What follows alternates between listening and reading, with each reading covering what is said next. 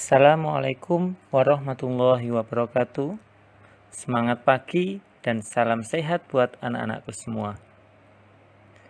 Bertemu lagi dengan pelajaran bahasa Indonesia. Di pertemuan yang keempat ini kita akan membahas tentang penyusunan teks berita.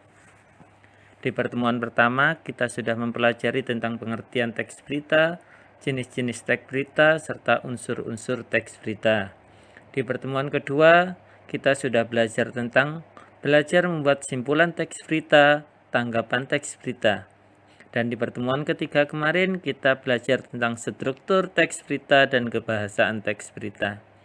Di pertemuan yang keempat ini, kita akan belajar tentang penyusunan teks berita. Namun, sebelum kita masuk ke pembelajaran, marilah kita berdoa dulu. Berdoa sesuai dengan keyakinan dan agama masing-masing. Berdoa dimulai. Berdoa selesai. Terima kasih.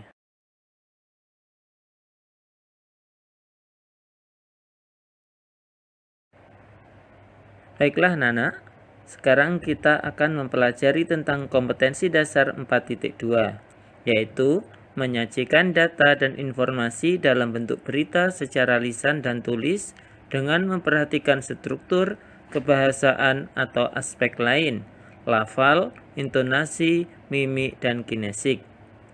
Adapun tujuan pembelajaran, setelah belajar materi tersebut, diharapkan siswa akan mampu memahami langkah penyusunan teks berita, siswa mampu memahami langkah penyuntingan berita, dan siswa mampu menyusun gagasan kreatif menjadi teks berita.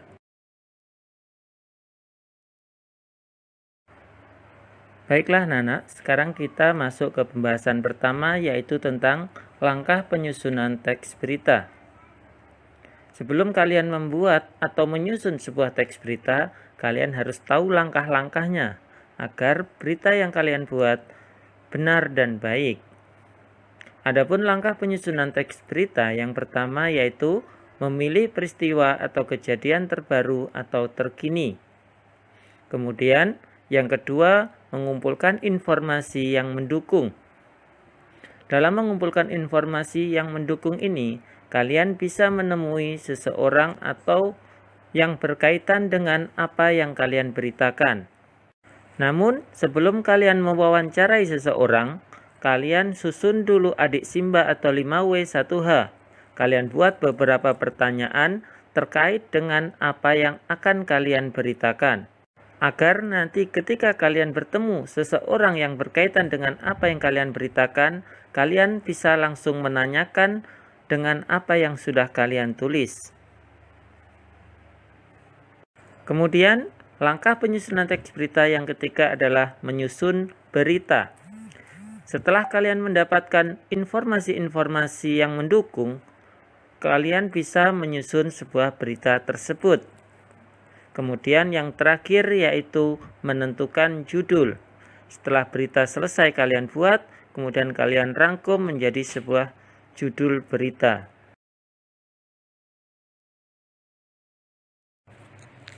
Kemudian yang selanjutnya yaitu tentang penyuntingan berita. Dalam menyunting berita, yang pertama yang harus kita perhatikan yaitu tentang kebenaran isi berita yang didukung oleh keakuratan fakta berita. Apakah berita yang dibuat atau yang kita baca atau yang kita lihat itu benar-benar akurat atau hanya hoaks belaka. Kemudian yang B, kelengkapan isi berita ditandai dengan kelengkapan unsur berita, yaitu adik Simba atau 5W1H. Jadi kita bisa menyunting berita dengan melihat unsur beritanya. Apakah berita tersebut sudah memuat adik Simba atau 5W1H atau belum? Bapak ingatkan kembali, adik Simba yaitu apa, di mana, kapan, siapa, mengapa, dan bagaimana.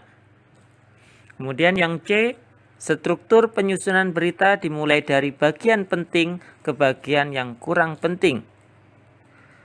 Dalam menyunting berita, kita juga melihat strukturnya. Apakah susunannya sudah betul atau belum?